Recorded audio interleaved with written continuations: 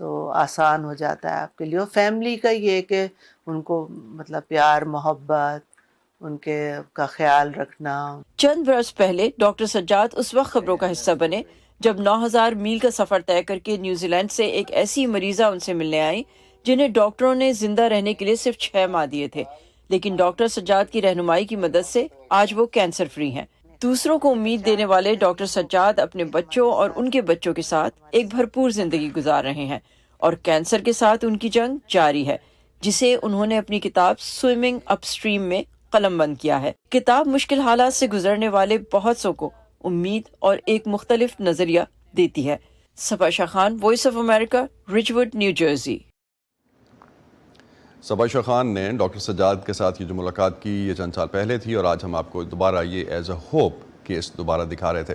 گزشتہ ماہ اسرائیل نے رفح شہر میں حماس کے خلاف اپنی فوجی کارروائی کے دوران مصر سے جڑی سرحدی کراسنگ کو بند کر دیا تھا. یہ راہداری اسرائیل کی طرف سے ناکہ بند علاقے غزہ میں 23 لاکھ کی فلسطینی آبادی کے لیے بیرونی دنیا سے جڑی واحد لائف لائن ہے.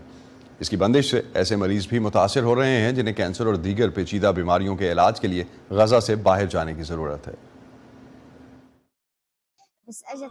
میں اسکول جاتا تھا لیکن جنگ شروع ہو گئی اور حالات بدل گئے. مجھے لوکیمیا کی تشخیص ہوئی اور میں چلنے پھرنے کے قابل نہ رہا. ہر روز میری حالت خراب ہو رہی ہے اور میں کچھ کھو دیتا ہوں.